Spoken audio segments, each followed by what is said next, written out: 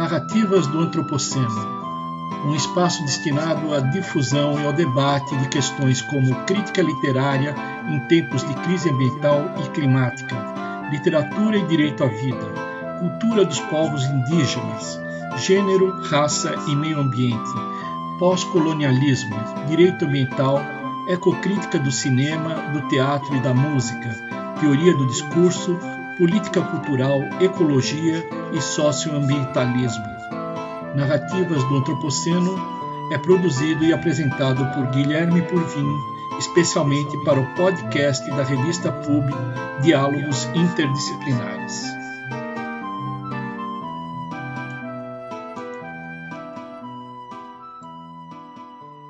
Nesta segunda parte da entrevista com Roberto Zular, vamos contar com a participação dos procuradores Ricardo Antônio Lucas Camargo e José Nuzzi Neto.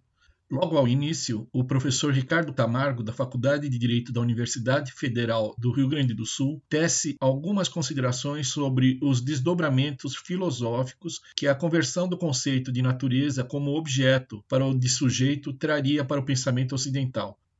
Em seguida, Ricardo apresenta objeções à proposta de Roberto Zular, defendida no episódio anterior de Narrativas do Antropoceno, com respeito à convocação de nova Assembleia Nacional Constituinte nos dias de hoje.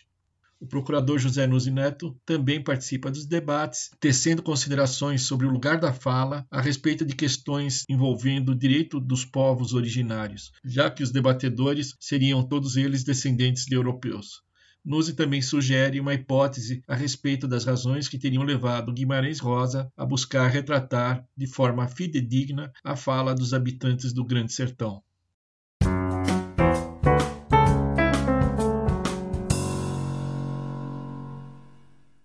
Eu vou abrir a palavra para o Ricardo Camargo, José Nuzzi. Por favor, Ricardo. Professor Roberto, no que tange justamente a essa noção da natureza enquanto sujeito, que realmente, vamos dizer assim, sob o ponto de vista da epistemologia, eu estava lembrando ainda há pouco do Duns Scotus, põe em causa aquela distinção escolástica entre sujeito, coisa e ação, porque coloca aqui a natureza enquanto sujeito. E se eu penso a natureza como sujeito, ao mesmo tempo que ela é um outro, ela, nessa perspectiva, acaba sendo o meu continente. É um dado curioso. E o outro deixa de ser, ao contrário do que se pensa no âmbito da filosofia ocidental, o não-eu. Ele passa a não ser algo diferente do eu. É curioso isso, bem curioso. Porque a nossa cultura exatamente busca a noção da liberdade como a afirmação do eu. E uma outra coisa que eu queria chamar a atenção também. Bom, a cada vez que se suscita o tema da necessidade de se modificar, de se chamar uma constituinte ou de se derrubar o Pacto de 1988, eu vejo desenhando-se na minha frente, nitidamente, uma ideia de que a correlação de forças que se instaurou em 1988 dificilmente vai reproduzir-se hoje, ou de um modo até mais favorável a um rompimento com uma visão excludente e profundamente hierarquizante, como a que hoje parece hegemônica. Pelo contrário, parece que a ideia de fortalecerem-se as noções hierárquicas é uma tendência a avante. A ideia igualitária tende, ao contrário, a enfraquecer-se. Então, a pedra no meio do caminho, hoje, desculpe, eu estou divergindo, mas a pedra no meio do caminho, hoje, deste avanço da exclusão e mesmo da legitimação do extermínio, ainda que com pouca eficácia, mas ainda é a pedra, continua sendo a Constituição de 88. E a outra coisa, agora indo para a literatura, eu gostaria de saber um dado curioso.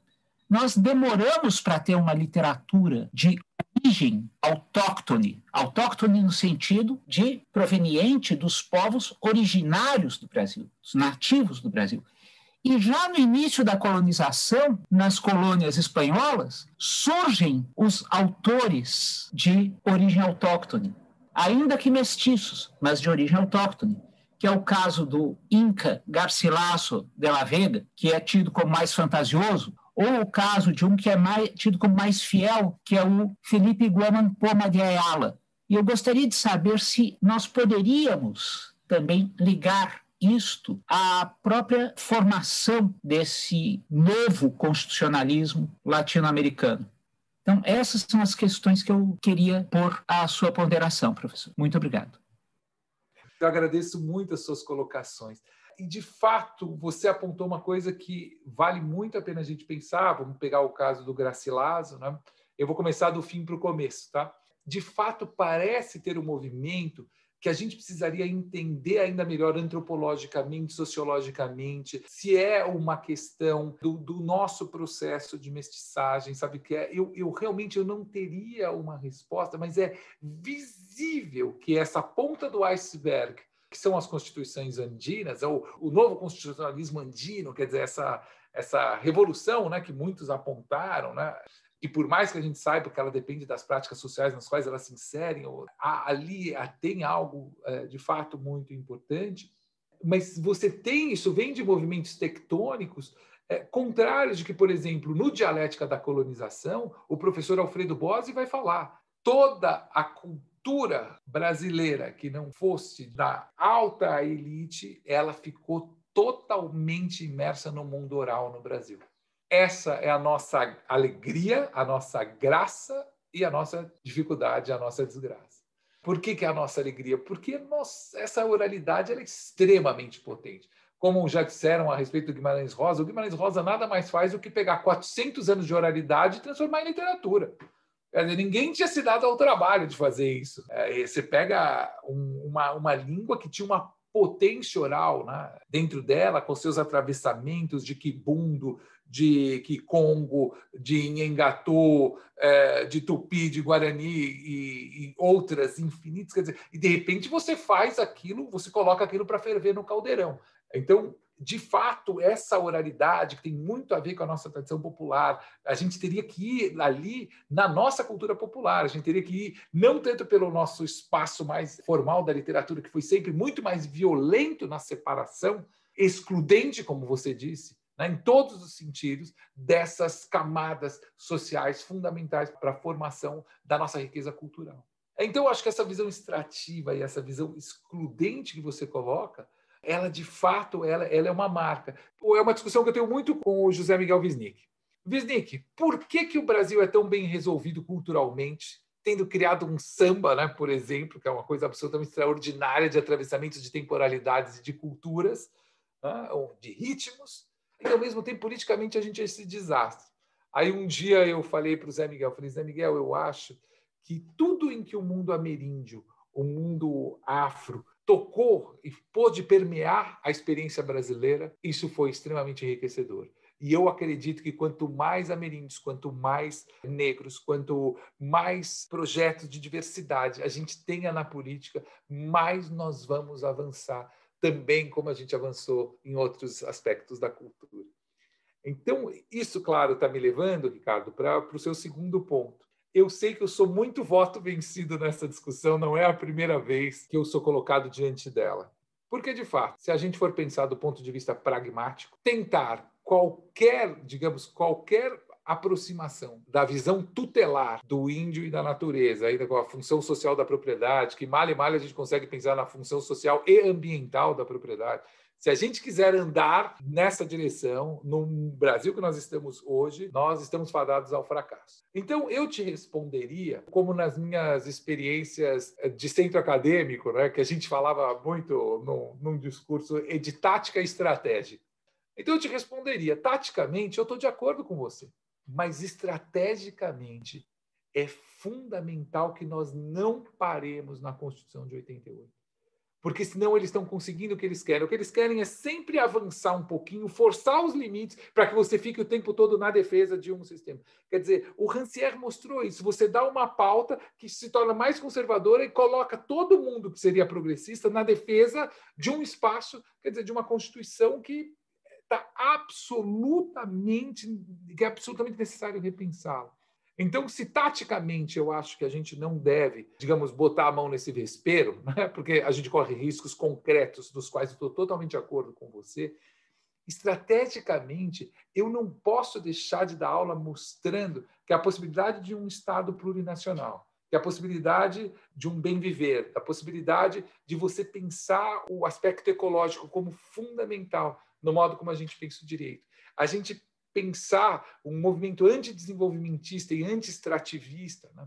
Que a gente possa tentar formular isso a partir do mundo ameríndio e do mundo afro-brasileiro também, e do mundo LGBT também, né? e do mundo feminino também, né? Porque também a gente tem muitas outras demandas. E essas demandas, claro que a demanda ameríndia, como de certa forma os orixás também, eles nos colocam para pensar de outra maneira a natureza. Isso acaba tocando na questão ecológica, isso tem tido muito mais sucesso, de uma certa maneira. Mas eu acho que a gente não pode parar de pensar, digamos assim, no longo prazo, nessas grandes questões e transformações que me parecem absolutamente necessárias. Eu vou dizer com toda honestidade, professor Roberto, que no que tange a essas grandes questões relacionadas às exclusões, eu particularmente penso que o texto constitucional, o atual texto, abre muito mais a possibilidade de elas serem combatidas do que de elas se perpetuarem. Então, sob o ponto de vista, vamos dizer assim, estratégico mesmo, eu penso que muito ainda se fez para esvaziar o pacto originário de 1988. E muito se está a fazer. E a tendência realmente, por isso que eu digo, eu não vejo uma tendência no sentido de se combater a exclusão em termos da formação. Mas, ao contrário, a formação que tem sido dada nos últimos tempos tem sido exatamente no sentido contrário. E digo mais, com relação aos grupos, todos estes que estão procurando afirmar as respectivas identidades, não só com a legitimidade que teria qualquer grupo, mas principalmente em função de serem grupos historicamente e contemporaneamente oprimidos e pisoteados, todas essas questões se põem justamente num contexto em que a tendência, menos do que conservadora, quando se trata de defender o texto da Constituição, é muito mais progressista, porque a Constituição que nós temos, curiosamente, mostra-se mais progressista do que os valores que permeiam as camadas médias no Brasil. Eu não tenho como desprezar esta realidade. E, diferentemente do que possa parecer, aqui no Brasil, diferentemente do que ocorreu nos países andinos, os povos originários não eram populações urbanizadas, eram populações eminentemente da selva. E isso, vamos falar a verdade, ajudou, e ajudou muito, os colonizadores portugueses, no sentido de quase aniquilarem as culturas aqui. Não chegaram a aniquilar, mas quase o fizeram. Só não o fizeram pela grande extensão territorial brasileira. Mas quase aniquilar. Então, pessoalmente, vai dizer, você tem uma posição conservadora. Eu diria que é uma posição de sobrevivência, mais do que conservadora. De sobrevivência exatamente daqueles cuja única proteção, ainda que frágil, porque depende do material humano para a fazer valer, ainda está na Constituição. Esta vai continuar sendo uma pedra no meio do caminho. Não é casual que nós estejamos a ver, justamente nas vozes mais conservadoras, a defesa de uma Constituinte. A defesa da destruição da Constituição atual para substituí-la por uma Constituição que seria abençoada com o carimbo de um Friedrich von Hayek, por exemplo. Então, me parece, então, por isso que eu digo, eu acho que todas essas grandes questões podem e devem avançar, sem a necessidade da refundação do pacto inicial. E eu me recordo também de um outro fator. Eu acho que seria interessante retomar um conceito que anda meio esquecido e que foi trabalhado pelo meu saudoso orientador, professor Washington Peluso Albino de Souza, num estudo sobre o Aleijadinho, que é o conceito do melting pot, o conceito do cadinho onde as culturas se encontram. que não implica a destruição, mas o surgimento de algo novo. O constitucionalismo é uma herança ocidental, da Europa Ocidental, melhor dizendo. E nós não podemos esquecer um detalhe. Era praticado imperialismo pelas civilizações urbanizadas da América. Por mais brutal e indesculpável que tivesse sido o comportamento da coroa espanhola, nós também não podemos esquecer que o imperialismo era realmente praticado. E o Juan Poma de Ayala registra isso, ele mesmo sendo descendente de uma princesa quechua. E ele registra isso, inclusive, em desenhos. Tem um que me impressionou de um modo especial, que é justamente o do Inca andando de pé calçado sobre um tapete que são seus prisioneiros vivos. Ele vai pisando na barriga deles. Então, todas essas questões que eu estou trazendo aqui são para a gente também poder refletir. É evidente, Ricardo, que nem eu nem você somos as pessoas legitimadas, né, para tomarmos essa decisão. É isso que o Boaventura de Souza Santos certamente coloca, é quem está colocado nessa luta. Eu diria é a possibilidade de dar essa autodeterminação aos povos originários que está aqui em jogo. E nós vamos acompanhar essa estratégia, quer dizer, que eles vão formular, né? De fato, nós estamos olhando aqui a partir do direito, digamos, de alguma maneira, tentando ajudar a pensar uma transformação que é absolutamente necessária.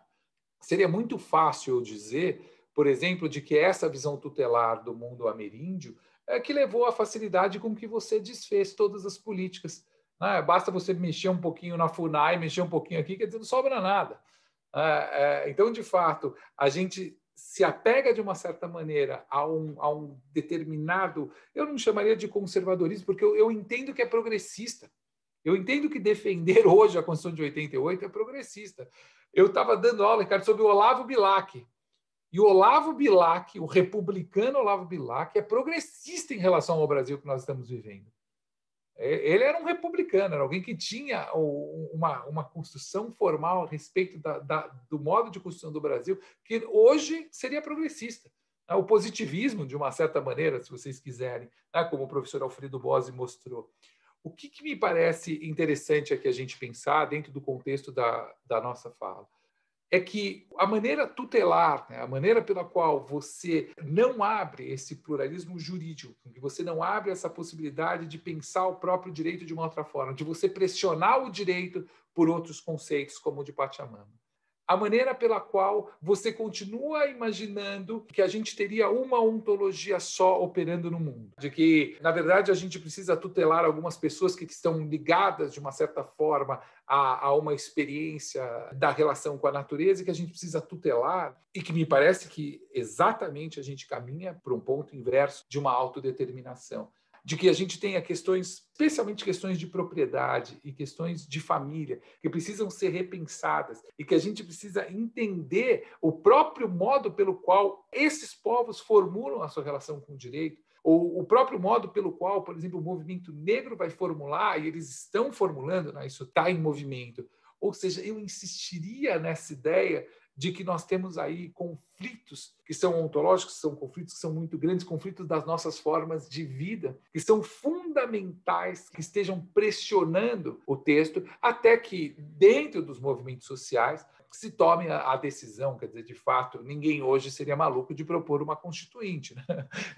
Não é disso que se trata, mas se trata de perceber um vetor de forças que eu fico impressionado, Ricardo, porque quando eu estava escrevendo sobre isso, eu vou mandar para vocês, é um texto que se chama o Núcleo Pivotante da Voz, que é um texto exatamente sobre o uso da voz, por esse governo e as consequências disso para pensar a literatura, mas eu chegava numa coisa muito próxima do que o Guilherme estava colocando. A gente não pode mais ficar pensando na literatura, como é que eu vou produzir um narrador, qual é o personagem desses mundos excluídos, dessas pessoas sem falas que eu vou trazer. Isso não faz mais sentido na literatura brasileira, de algum modo é o que está em jogo na Constituição. Não sei se você percebe, Ricardo Baralho, que eu estou tomando aqui, mas a maneira tutelar, né, de cuidar desses povos é uma maneira pela qual você não dá a eles o protagonismo. Né? A grande transformação é ver a quantidade de escritores que estão aparecendo. A gente vê a quantidade de escritoras mulheres que estão aparecendo, a quantidade de escritores negros, a quantidade de questões LGBT. Quer dizer, na literatura,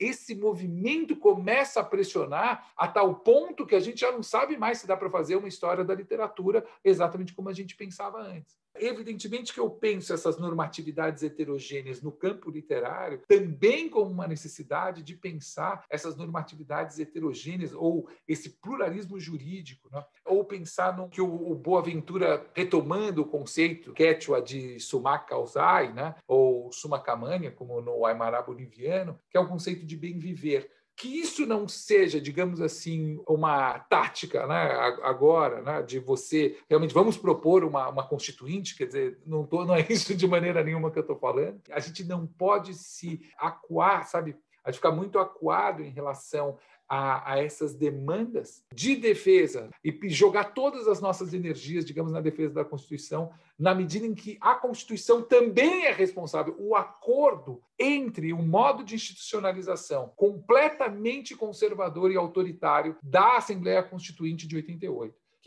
que foi um golpe, né? Ela se auto-intitulou Assembleia Constituinte. Quer dizer, autoritariamente, o modo, embora eu concorde com você que o conteúdo institucionalizado, ou seja, o José de Alencar, ele está preocupado com os índios, o Gonçalves Dias está preocupado com os índios, o Mário de Andrade está preocupado com os índios. Ninguém está negando que não tenha essa constituição de um ponto de vista que se tensiona para se abrir ao outro, ao mesmo tempo em que a gente precisa entender que, por mais que esse conteúdo institucionalizado esteja em questão, a forma de institucionalização ela também precisa ser pensada. E é aí que eu acho que a gente poderia trabalhar, mas volto a dizer, no longo prazo. Isso aqui não é algo que a gente está pensando para ontem, né? Nem para amanhã. É uma discussão que a gente pode continuar por muito tempo, né? E que toca numa coisa absolutamente fantástica da questão da forma na literatura e dos modos de institucionalização no direito. É uma questão que me fascina. Assim, é uma das coisas que eu mais tenho estudado.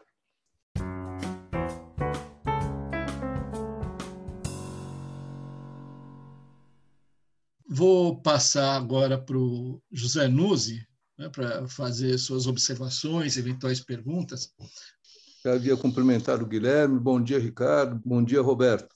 É sempre um prazer estar com vocês e eu só tenho, na verdade, 2 observações aqui a fazer. O Roberto, quando se manifesta, além de todas as informações que ele traz, ele tem uma maneira absolutamente poética de se expressar, então é sempre um prazer ouvi-lo. O que eu vou fazer aqui, na verdade, são só 2 observações. A primeira quanto ao tema aqui que ele fala da fala tupi, mas a exclusão, por um lado, o lado negativo aqui. A exclusão se manifesta quando nós vemos que estão neste momento conversando etnias europeias aqui, Purvim, Camargo, Zular e Nutsi. Né? Não há outra fala da etnia autóctone aqui. O lado positivo, estamos falando dela, talvez algo impensável há algum tempo atrás.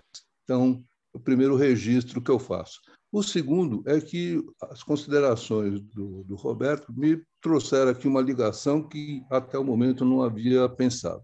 Guimarães Rosa esteve na Europa em plena época nazista. A mulher Araci foi responsável pelo salvamento de inúmeros judeus e tal, é reverenciada até por isso. E, ouvindo o Roberto, então, falei, não será possível que parte dessa experiência lá é que tenha levado Guimarães a fazer aqui esse resgate da língua nativa mesmo, como falada no Brasil, e resgatar isso não mais de uma maneira superior, ou sim de uma maneira horizontal? São as 2 observações que eu faço e agradeço a gentileza da atenção.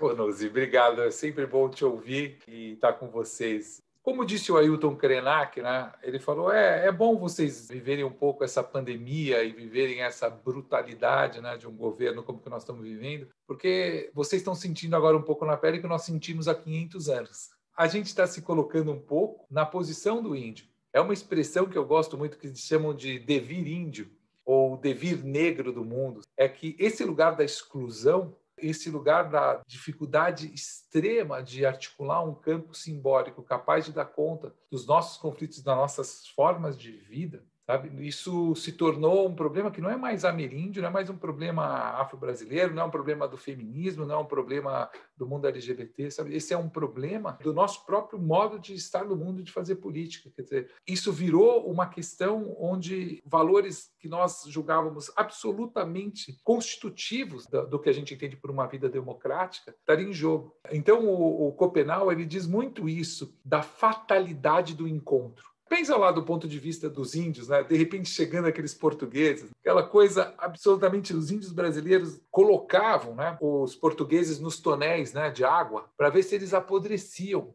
para saber qual era a natureza do corpo deles. Os portugueses queriam saber se os índios tinham alma. Quer dizer, é uma coisa maluca. Um quer saber se o outro tem corpo e o outro quer saber se ele tem alma.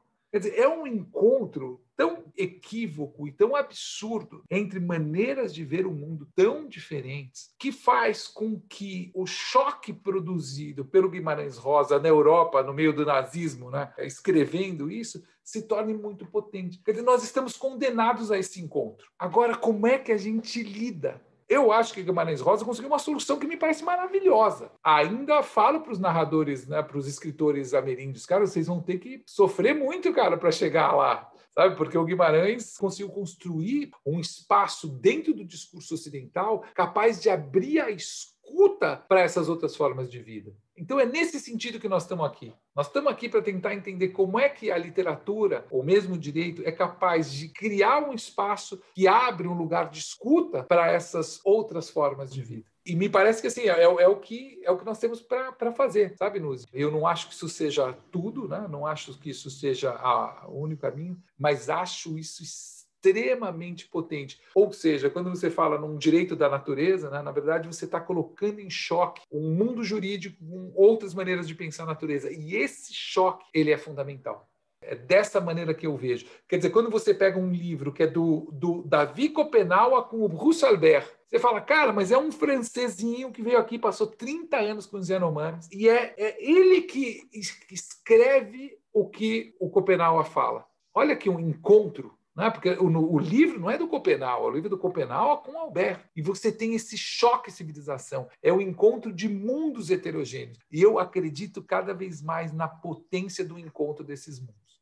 Por mais que o mundo me leve a uma posição identitária que só reforce o lugar de fala, né, e o lugar, né, onde um único ponto de vista, eu acho que quanto mais a gente se aprofunda no lugar de fala, a gente toca na interseccionalidade, a gente toca no perspectivismo, na capacidade de pensar esses outros pontos de vista, me parece que a gente abre de uma maneira extraordinariamente uma possibilidade outra de vida para a nossa própria vida. Sabe? Acho que o Guimarães Rosa faz a minha vida ficar muito mais rica. Acho que o próprio ou a relação com esse mundo ameríndio também.